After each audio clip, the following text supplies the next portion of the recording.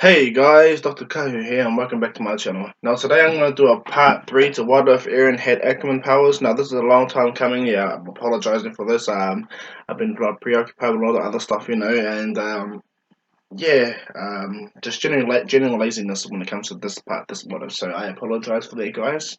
I'm gonna do better, and I'll try to do better. So before I start, I like if possible you guys can like and subscribe my stuff. That'd be very cool. Get me up to 1,000 subs for my end of the year. My main goal. There's that, and not only that, I have now set up something that I'll explain to you guys after the end of this podcast, okay, guys. But without further ado, let's do a recap on part 2 and then get into part 3, okay, guys? So, furthermore, let's get started. So, when we last left off, everything happened there towards Cannon. Yeah, but see, what happens is the interior and the exterior both love Eren. They love Eren. He's a useful tool for them. Like, Eren don't care about being used as a plowing person to plow fields or fix things. He's being useful. That's what he's doing. He's being massively useful. So things get done easy. All the wall maintenance get or whatever wall maintenance they do have a wall trust and everything that happens fast and everything thanks to Aaron's help. The interior funds the survey corps too now, so they're making more money too. So they have less pressure. But what happens in that happening though? There's a new hostility, a proper bigger hostility growing with the military police and the survey corps, and not only that, the royal family is hiding in the shadows. They're plotting too with the help of the Ackerman Kenny and his team. So that happens in that situation. That's slowly happening towards Cannon more. Um, no, what happened after all the incident? When they came to the part when they're on the night time, the tower, the castle tower at night, and when they got attacked by all those titans, and Ymir shows himself and transforms and everything like that. Um, Due to the injuries of Bertolt receiving from that small 6 meter tall titan or 3 meter tall titan that bit his arm, he kind of started losing his will, his hope, and all that stuff like that. His need to be a warrior. And here he when the day breaks and they get on top of the wall. He tells Eren, and everything happens the same. When it comes to the transformations, Mikasa attacks and it's too late. They pretty much get the attack off and they about to explode in their forms. Um, the Colossal Titan still shows his partial form and he grabs Ymir and thrashes up some Survey Corps. In this fight, however, Reiner can't even land a punch on Eren because Eren's just way too good of a fighter compared to him, and he's dealt with someone with the hard strength that can always break his body. So what he did was he rips up Reiner's arms easy as because of his frustration and rage of the betrayal that the Reiner and Bertolt put up on them, and he breaks the nape to the point where he's about to rip Reiner out, but what happens, of course, Bertolt falls on them, the Colossal Titan falls on them, and the hunt for Eren and Eren and Ymir begins. So what happens is, because Levi's not injured, Levi's not injured, he's in there, he's bloody in there, Okay, he goes with them. He goes definitely with them. And when they get to the retrieval area, what happens is, Erwin brings the Titans around the Titan forest. He makes sure all the other Titans are following him, and he makes sure Eren and I make sure that Levi and them force Reiner, because Reiner and Bertolt, Reiner runs out and attack his armor Titan form, and the Survey Corps chase him, and when the other Titans come, they body him, and it goes near towards Cannon as until when the Somali Titan approaches Eren and Mikasa. Now the thing that changes in the canon is when Eren sees that Mikasa's down, he gets like a little flash of like he doesn't want to fail her, and like the sense of yearning, like yeah, he thinks of her as a sister, but something else has to grow within Eren when it comes to Mikasa. Yeah, the Ackerman protect the bloodline and like when they protect each other, same as how Mikasa does with Eren. But Eren starts to feel something else now as well, and Mikasa starts to realize that after Eren chucks a scarf over her, and he tells her that he's gonna protect her forever. And yet, when he punches the Smiley Titan's hand, not only does he get is able to use some of the coordinate powers, but Eren, for a brief moment, got to meet the founding Titan that's standing in the Titan realm. She looks at Eren and points at Eren, but before that happens, Eren disappears. But before Eren can do anything, he disappears. All he sees is this giant light tree with all these branches heading out into infinite space, and this little girl walking around in the sand. She looks right at Eren, but you can't see her eyes, deeply veiled. But he gets sent back. But what happens is when Eren gets sent back, he has visions of the future and stuff like that. So Eren's attack Titan powers that he has comes back to him, and kind of like in canon, he pretty much has near access to his attack Titan ability, and one of those abilities he's able to partially see the future that his future self gives him. So Eren's been kind of trained by future Eren to help aid the situation because the future Eren's seen that the past has changed in essence. So yeah, Eren has more incentive. He knows what he's doing now. He doesn't need to wait to meet Zeke or anything like that. Because when he meets the founding Titan, she points at him, and that notion of him pointing at her in that brief moment, it kind of gave him the ability to access his attack Titan, not the coordinate Titans yet, but the attack Titan's power properly. Knowing that something special happens after she did that too, but we'll get to that later. So that's what happens, and after when Eren calls the other Titans to rush Ryan and Berto, they rush him. Ymir does the same thing, or but a little bit slower, of course, and she gets to where she goes and helps them, and everything like that happens. So now we're gonna come to back into the time when the royal families listed the Venike guys. So that was a brief recap of part two. Now let's get into part three, okay, guys. So let's get started. So as I mentioned in the last one off, Eren is not really looked at as a bad person or a bad weapon. Even the war people in the wars actually like Eren because Eren's sole job is to protect the wars, and he's doing his best to protect the wars. He's a heathen that's helping them. So they tend to the war people overlook that. But however, Reiss is pulling all the strings in the background. Thing, even his own military corps that's pretty much like the survey corps that's run by Levi's uncle Kenny Ackerman. So what happens is, yeah, and as I told you in the spot off, Eren's mother is Ackerman, so is Mikasa's mother, and so was Levi's mother. So Kenny knows exactly who they are, who the three Ackerman, the three Ackermans were. They're birthed Levi, Eren, and Mikasa. So that's going to play a factor too in the future. So what happens is Eren doesn't get arrested, but it does get taken away from the Survey Corps because what happens is the military police is getting pressure into helping Eren more from the rich up there lords and the peasants that are watching them from the interior and exterior. Eren is gaining a form of popularity, so he's pretty much split into the police class and the military police custody and everything like that. And for some reason, Historia disappeared, which everyone's pissed off. Sasha and Conan are angry that no one really cares. Shin's still running up Mikasa's ass, trying to make her love him. But that's never gonna happen. Never ever gonna happen. Especially in my world of. But that falls on deaf ears. Levi and Erwin try to formulate a plan. Mixer's angry and irritated, and Levi can see that. So he helps Mixer with her dilemma and make sure that they're gonna get Eren back, and because Eren knows that there's like a publicity stunt for the military police that they're having Eren, like they're parading Eren around, but they actually have Eren in custody all the time. He sits in a jail cell until he needs to be used, which gets Eren angry. And not only that, Eren gets these unwanted visitors, unknown visitors from Kenny Ackerman's crew. Let's just say Kenny Ackerman's squad. Okay, the Kenny Ackerman squad. He gets unknown visitors from them and everything like that. And as that all going down, everyone's still trying to ascertain what has happened between everyone, ascertain everything, and it didn't go into a crystal form. So what they do is they pretty much keep her in a form of sedation, and if they need be, they can call her for legal arms just to keep her in that state where she can't transform. And they lock her deep underground too. So Annie's in no position to hide and everything like that. And so what happens is everything from when it comes to retrieving Eren and Astoria from the Rod Races and Kenny Ackerman's um, situation still comes about. Um, but what happens is the districts are no longer infighting or having disagreements upon the situations with the Survey Corps because the Survey Corps helps humanity. That's what they see. Eren is a new weapon for humanity. That's what they see. Exactly what Commander Praxis, whatever, even sees in Eren. So they don't see that. But what they don't trust is that the fact that there was two enemies in the Survey Corps two enemies in the Survey Corps, and one of them was a neutral party. That was Ymir and Bertolt and Ryan are the enemies. And not only that, but then everyone says there was an enemy in your guys' court too, military police, Annie. And so this leads to a massive division between the Survey Corps and the military police, more so ever.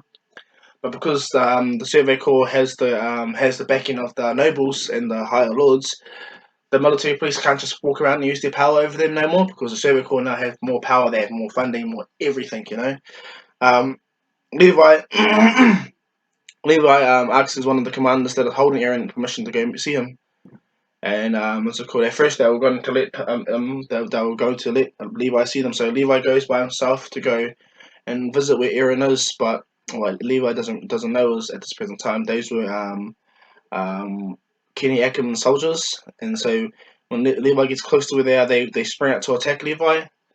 But Levi's not dumb, honestly. He decimates both of them. He decimates the two, and then but there's an ambush set up for Levi, and he realizes this. He knew there was something up. He just knew there was something up. He's not stupid, because Eren's technically not there. Okay, he's technically not there. You'll find out where he is very soon. So what happens is Hanji is chomping at the bit to get to Eren to teach him and everything like that.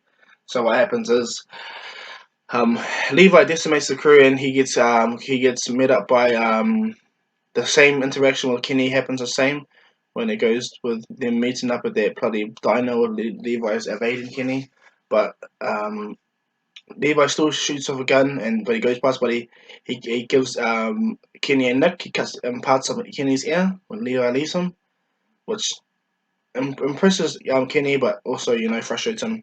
Levi gets away, but he gets away with a container that Kenny was holding. That container was is the injections, the spinal fluids that pardon me, that Kenny had. And they take it back to he takes us back to Eren. Now Eren and them are hiding out, trying to find what Eren is. So they investigate the hardcore. Hanji's investigating Sasha, even Potato Girl. Man, honestly, she's a bomb. Potato Girl. I'm gonna always give her a shout out. I still love her from the first episode of the Cadets when she's eating potato in front of their commander. That's just super hilarious. You're officially off my shit list. Sorry guys, I remain veered off. I watched it and it was very funny. But back to the story. So Armin, and all of them are trying to figure out stuff like figure out how to find Eren and how to get all the situation done and moving forward to pretty much get Eren back. Eren notices that Armin is quite an intelligent young man, knowing that Armin's analytical skills is quite up there, you know. So Eren takes Armin under his wing properly and teaches him everything, which surprises Levi. So what Levi does, he does the same with Mikasa. So nothing ever happens between Mikasa and Levi. Just letting you guys know. And this what if Mikasa and Eren, they're gonna be a thing, not Levi and Mikasa. You're gonna see a lot of changes in this what if with the Attack on Titan, but we'll see. So what happens is Levi trains with Mikasa, and they train massively. They train all the time. What happens is Eren even gets Armin to look at the 3D maneuverable gears and see how he would be able to change an asset in the maneuverable gears. And what so they go on building that until it comes to the location of finding Eren. Oh, I failed to mention too that Levi shows Erwin that he has these vials that have the Titan fluid in it, but he doesn't know yet. But he knows it's very important because Kenny didn't say nothing yet. Kenny's angry that he lost that injection. He tells Rod Reiss what happened. Rod gets angry, but he knows that they have Eren now, and that they're gonna proceed with their plan. And so what happened, guys, is when Eren does get tired transforming into a Titan a lot, especially about 3 or 4 times in a day. So one day when he was playing in the fields and his Titan form did exhaust him, he normally thought, okay, he'll go sleep on the back of a wagon. He goes to sleep on the back of a wagon. He wakes up in a giant room that looks like a white crystal, like white hardened crystals everywhere. If you like the room where he's chained up and he's getting pinned down right in front of him. But no one's there right now. So Eren's screaming, shouting, "Where the hell am I?" He can't forcibly transform himself. Like he's stuck. He's absolutely stuck. And what happens is a random man walks out and he goes, "Ah, you're finally awake." And Eren's looking like, "What the hell?" And he goes, "Who are you?" And he goes, "My name is Reiss." And he goes, "Long story short, Eren, your father killed my daughter and took the founding Titan power from her." Eren's shocked, like, "What? My father?" And then Historia walks out from the background. And see, while all this is happening, the Survey Corps make the same investigation and deduce everything to the point where they get almost there, ready to rescue Eren. But what happens is, um, Rod Reiss convinces Historia that what happened and everything like that still goes towards canon. Now, Eren now that he has connection to his future self, he knows what's about to happen. So his future self's pretty much telling him to play the victim, act like you don't know nothing right now, which Eren is listening to because he now knows the Attack Titan's power is the future connection, like everyone else has to other unique abilities. Eren's ability is so much more better than everyone else's, so much more better. So what happens is Eren's pen, and normally he's strong enough to break these chains, but because of his connection to his title form and Ackerman powers. But what happened is, so with the Reese's family, they double strap him down. They double strap their boy down. So what happens is, Reese's and them all are chatting and everything with Astoria. Sorry, Rod is chatting with Astoria, trying to show her everything, and she sees that what happens. Even Eren sees the memory of what Grisha did. And when Christian walks in, he don't. But what happens is Eren don't see the warp memory that Rod Reese shows Historia. No, as Historia and Rod Reese are seeing that vision, Eren's seeing the vision, upon his future self. Would Zeke standing over his father. He doesn't know. He's like, who's this guy? Like, at first, Eren's like, who's this guy? And what happens is Zeke sees Eren, young Eren, looking at them. He's kind of shocked, like, what the hell? Future Eren sees young Eren smiling. Sorry, I know it's going to be confusing, okay? But future Eren sees young Eren smiling and goes down to Grisha and tells Grisha everything. Like, are you going to give up now? Like, what, you're the reason why all this has come into motion. You started this by taking the Founding Titan, all this jargon. Like, are you going to really quit because you're a doctor and yet you ate person to get to where you are? He pretty much convinces his dad to redo the Aldean restoration, and yep, he does the same thing in canon. He wastes the invincible Titan, the Fritz girl. He wastes her, takes her powers, and yet pretty much eats it. And Grisha goes on to say monologue, like says, "Are you happy, Eren? Are you happy?" But when he says that, he looks up and he sees the young kid Eren looking at him.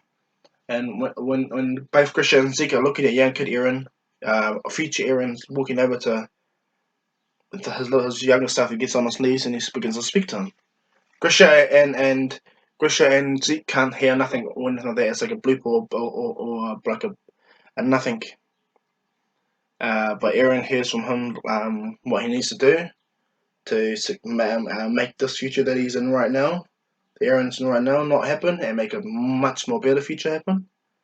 And young Eren smiles because what happens is, I won't go on alternate theories or alternate dimensions yet, but thanks to Eren having this unique ability early and the Ackerman powers, he kind of changed how the future was meant to be. So he's doing like a paradox situation, which I'm going to do as well, okay, guys? So what happens is, he pretty much tells Eren, like, guides Eren along, young Eren along. And it pretty much works. Pretty much works. So when Eren comes to out of it, just before Eren comes to out of it, he gets like he like as he's falling back into the real world, he gets another image of the first female, the first Titan ever, Ymir Fritz. She's looking as she's walking towards the tree, and his vision, he sees her and she sees him, but still you don't see her eyes. Aaron's kind of shocked and all he's shocked seeing this, all these pictures and everything like that. So he's going through his own mental dilemma with what's happening around him. So when he wakes up back in the real world, the Survey Corps already invaded and the Ackermans are taking out Levi's squad is taking out the Kenny Ackerman squad easy as like Mikasa is just destroying them. So is she and all of them that is destroying their team. They can't get around him, I think. And Historia does the same thing, portrays her father, her father. He should betray the father. Stupid me, sorry guys. But Mikasa still Historia still portrays her father and backhands him pretty much, and he falls over like the bitch he is. And he goes there and does the same thing, licks the giant Titan serum, and becomes that 120-meter abnormal gigantic Titan. So what happens is As that's happening, Eren uses his Titan strength to break out fully, like the Titan marks appear on his face. As Mikasa and them are trying to get him out, Eren stands up and breaks the chains. He heals the wound that Rod cut open on his head. Instantly, and he runs over, grabs the vial, that hardening vial, and eats the hardening vial, and instantly hardens, transforms into the attack Titan cocoon, and protects the entire survey core. Anyway, all the blast radius, anyone. Anyway, Eren rips himself out easy as he has his new resolve now. His future self telling him was proud and everything's going on there. He's got to re-see his dad and know that his dad's not a monster. And before they go off into the hideout battle, Eren touches Historia and shows Historia what really happened. And Historia cries and finds out that her sister, with all the powers, could have done something, but she did nothing.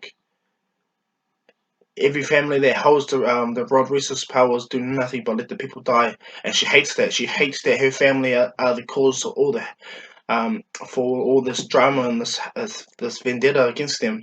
So she pretty much apologizes to Eren and tells Eren like Eren understands. He understands. He's not telling why he understands, but he understands him when he's trying to help her. He pretty much says, aren't we the vision to what our fathers wanted, right?" And she smiles, and they both smile at each other. Mikasa don't get jealous because Eren's there. He's happy he's holding her. Like they're really close now. Sheen gets pissed off, but he knows it's just pointless. These two, like, he gets in Eren's face, Eren will rip him apart. Plain and simple. So what happens is, as they're leaving out, Erwin's just like, no one can get close to this damn Titan. It's just too damn hot. And Eren goes, well, what we should do is go up on the walls, and as the Titan climbs up, take out his arms. Everyone's shocked to hear Eren say that, but as I said, Eren has glimpses of the future now, so he knows exactly what's going to happen and how things are going to happen. He changes everything pretty much in a good way to suit the survey core, suit the people that lives within the walls. He hasn't seen all the future yet. He hasn't seen the rumbling, because that still happens. He hasn't seen the rumbling, or he hasn't seen the invasion on Malay. He only sees what happens right now with Rod Reese's and the liberation of the island when he meets his brother Zeke. Okay, so what actually happens is, as Rod Reese is getting closer, all the survey core on top of the walls. And Erwin does suggest that it's pointless shooting those cannons at them because they're not going to get shit. Those the nape's too big, the cannonballs just nothing. It's pointless, just going to waste ammunition. And yep, they waste ammunition. Eren's what's it called? Plan still comes to fruition. It's his plan and sort of. They go probably carts with 3D maneuverable gears and gunpowder all on it, so they're ready to blow up the Titan's hands on contact, and that goes exactly how it does. It goes really how it does. And the three kids that resemble Eren, Mikasa, and Armin on the original What If, when the colossal tide is still over the wall, and now there's 120 meters high just inside the wall. They still see that depiction, but then they see their hero Eren. Eren instantaneously transforms, and runs out and does the same thing. He puts the big ass, humongous bomb right in Reese's mouth and allows it to blow up. And they cut the nape like normal. All that stuff like that happens. The same. Historia gets proclaimed queen. Reese is dead. Kenny is about to die. And when Levi gets there, um, Levi still sees Kenny.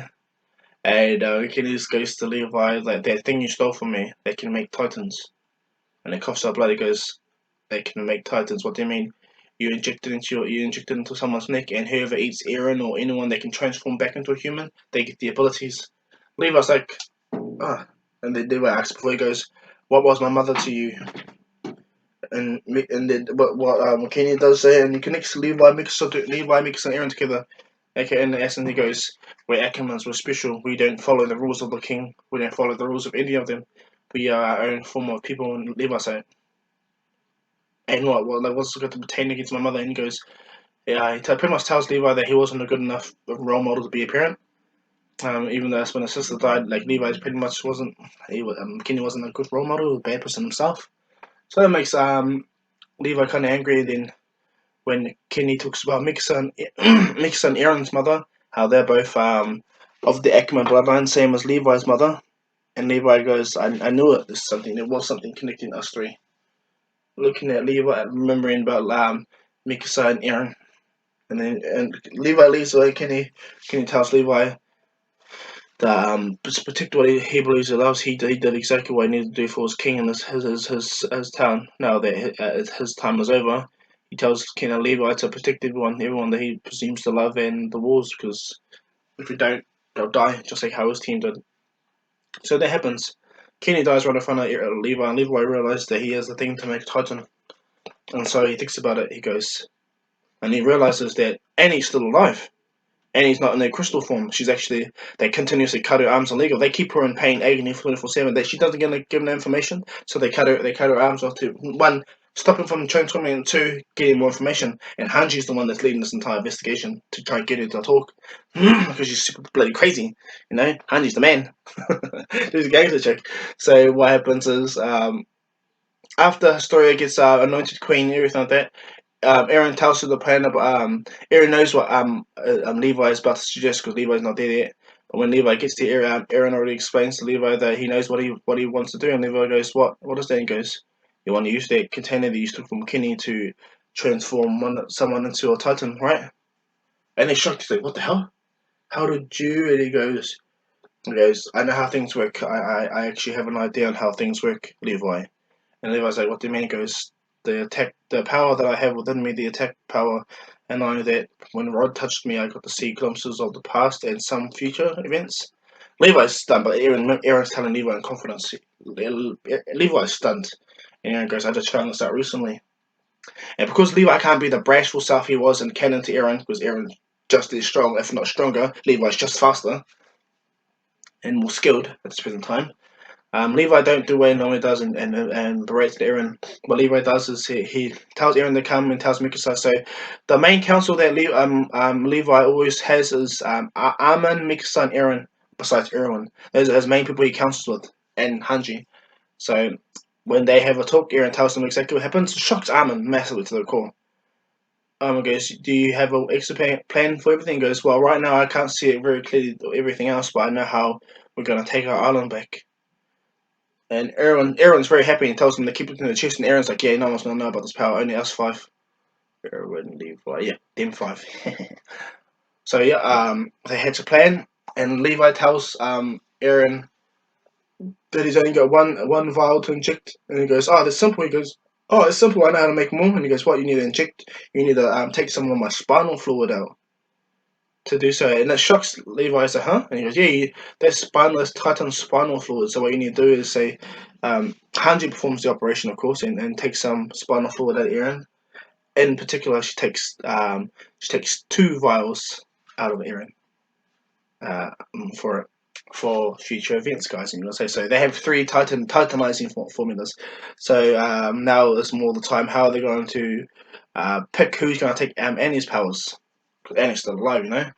What happens though, while they're picking aside all this stuff has happened, more trust they have their giant hammer that's killing titans that are coming around, and they're preparing themselves to. Knowing that the survey call that is not by them, they're preparing all their equipment, everything for the relaunch and retake of Shigansha. But that's going to happen, guys. That is really going to happen. War Rose, War Maria, and Shigansha are going to happen very soon. So what happens is, after the long debate and everything like that, they were going to give it to Hanji, the female Titans, or Mikasa, but Hanji's too valuable to have a 13-year time limit. And not only that, Mikasa is also too valuable. This is the precipice of what they get told, because Eren's Titan form is completely different. So he doesn't have the time limit thanks to the Ackerman powers and being connected to Ymir Fritz, and you're going to find out soon. So what happens is Mikasa, they all they were going to opt for Hanji or Historia to do so, but Eren puts a suggestion and says, "How about Sasha?" Sasha like, "Huh?" Eating some sandwich, and everyone slaps his head because they're in an official meeting and she's eating something right there, and it doesn't surprise no one. Nor does it surprise that, yeah, of course she'll make a great Titan because she loves to eat everything. And so Sasha's pretty much caught off guard by the notion that they snap her out eating that, and not only that, the fact that Eren suggested that she should become the next female Titan, and so that does actually happen. They take Annie from where she's been held, Now, what happened in the events after? So I'll explain before we move forward to that part. What happened to the events after Historia became queen? The military police lost a lot of their credibility, a lot of their power, and the Survey Corps and the military police pretty much joined as one huge faction. Everything was led by Commander Praxis or whatever his name, and all the normal regional governors to help her, but she's still queen, Historia. So she decides in. Commander Praxis is the main general of the armed forces that protect inside the walls. Erwin is the main general that goes out of the walls. So he's got a fresh new recruits. They have better upgraded weapons and stuff like that. They even have at least their 3D maneuver gears get at least like an upgrade where they use less air and able to use longer to go, and the grapples as well are much better. The blades can be used more longer, stuff like that. Like all mundane stuff they could have got upgraded in the canon gets more upgraded now. And not only that, Hanji develops thunder spears, but we'll get to that soon as well. So what happens is Historia approves of Eren and them of their plan. She absolutely approves of their plan. She stays as queen. So she approves of their plan, and what happens is they take Annie to an area where she's by herself. They wake her up, and she knows what's going to happen. She can't do nothing. She can't turn herself into a crystal form. They have Hanji. Everyone standing by a distance. She's screaming like saying like she doesn't want to die. She wants to go back home. I'll tell you everything. And Eren goes, "It's too late now, Annie." And to be honest, once she eats you, we'll know anyway. And she gets angry to the point where she tried to bite her lip to transform to harden herself, but it doesn't work. She's got no arms, she's got nothing. She's like pretty much a stump. And when they turn Sasha into the Titan form, she grows up, grabs Annie and eats her exactly like in canon, or exactly how they'll eat shift and transform not in canon because Annie is still like super crystal. But what happens is Sasha eats Annie and she turns back into human, of course. And what happens is Sasha is still Sasha. She just knows how to fight better thanks to Annie's memories. And not only that, Sasha has memories of where Annie comes from and what her plan was, what Levi, what Bertold Reiner plan was, and the other person, the original George Titan, I think was Gallon or Gallard or whatever. I think there's new Titan form, new Titan shifter that comes. But yeah, so she has brief glimpses of the future, understands slightly, and not only that, she understands fully how to work her Titan form, thanks to Annie. Now, I don't know what any female Titan's true power is. I think it's just their hardening ability to harden individual areas really, really fast. Because she's quite and she has the ability to call Titans. That's Annie's ability too. I guess I'm not sure. I don't know her powers fully, but so Sasha. So right now they have Sasha and Eren as the tech titans, or as the titans that protect the walls. So every day after she became a titan, she trains with Eren properly. Hanji oversees titan training and titan hardening, everything. She grows them for the next 2 months. Hardcore pushes them to their max. Eren can indefinitely stay in his titan form without no repercussions. Thanks to his Ackerman form, he can easily rip out of the skin and still maintain his good look and everything that has his normal form. Sasha takes time to use her form, takes her time, and know that because she doesn't have her Titan form is still the same, it's slightly tanned. Her Titan form is slightly more tanner, and not only that, her hair is black and she doesn't have those blue eyes. So she's pretty much the giant version of Sasha, like how female Titan's giant version of Annie, same kind of concept. So what happens? They train properly all the time, but Sasha always gets beat by Eren. Even when she does hardening, Eren, thanks to the interaction between Eren and Sasha, Eren gets better with his hardening to the point where he can harden fast too. But he realizes that if he hardens a specific spot in his hand, he can smash Annie's hardened style, crystallized hardened style, and send it fly. Well, it's not Annie's, but Sasha's hardening ability. He can break through it with his own super powerful hardened knuckles. And so yeah, so not really a competition. Eren and Levi and Mikasa, they train all the time, and so with Eren as well. They all train together. All the Survey Corps learn how to train properly between these two giant titans, so they can get around using these two as footholds or grapple holds and to get close to titans. Everyone gets to the point where they're elite training, like Eren and Sasha stand at a far distance, like a football field away, and Eren practice chucking the Survey Corps around. So they get used to the speed of being thrown at such that speed, and on that the ability to react and come around. And they practice all the time. So Sasha and Eren wear these things back at their necks that pretty much give people targets to fight. So they know how to take out Titans. And what's cool is that doesn't break. The swords always they're blunt swords, so that whenever they hit the even though it's not the nape's protective cover, it's still even though they hit the area, it just shows that the skill Connor gets strong. Sasha's just she's a female touch. She's strong. Mikasa, she's really strong, really strong. Her and Levi almost equals now, almost. But that's if Levi's not trying. Okay, they're almost equals. If Levi tries, he'll waste them all of them, all of them. Okay, Levi's the man. He's gonna stay the man because he's the man. Okay. Erwin and Armin they learn properly. Erwin tells Armin about what his father taught him, and Armin tells Erwin his dreams about going outside the walls. And so what happens is Erwin and Armin Erwin's grooming Armin to the point where he's gonna be a successor, and Levi knows this. And so does Hanji. So does Hanji.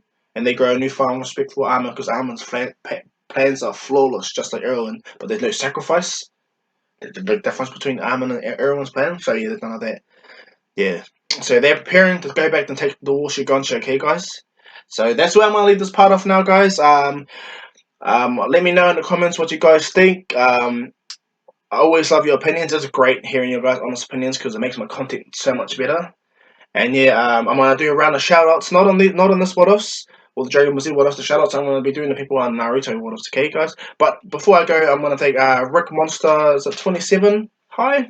Yeah, this what off is especially brought up by you because you're the one you're the one that's keeping me on my toes and making me get this what off out. So I got this what off, bro. Shout out to you, my bro. Thanks for supporting me. So like I say now, I would like you guys, if it's possible, to like and subscribe my videos. And not only that, I've set up a new button to help me, so I can put more content out and get more visibility. I put a donation button on my page now, so if if it's possible and you guys want to, you guys can hit that donate button. It's great. It helps your boy out, helps me out hardcore, and yeah, and I'll get content out faster if you get what I mean. It's not gonna change nothing even if you don't donate to me. It's not gonna change anything at all. I'm still gonna do it. It's just a little helps. Okay, but yeah, that's me. There are no expectations. But I'd like to say thank you for watching, guys. This is Dr. Kahu saying peace.